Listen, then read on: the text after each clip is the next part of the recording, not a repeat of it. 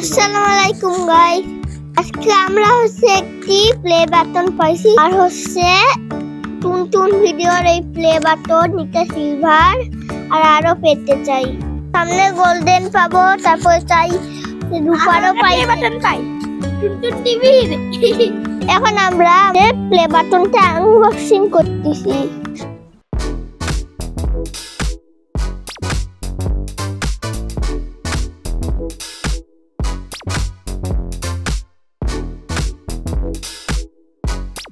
Wow!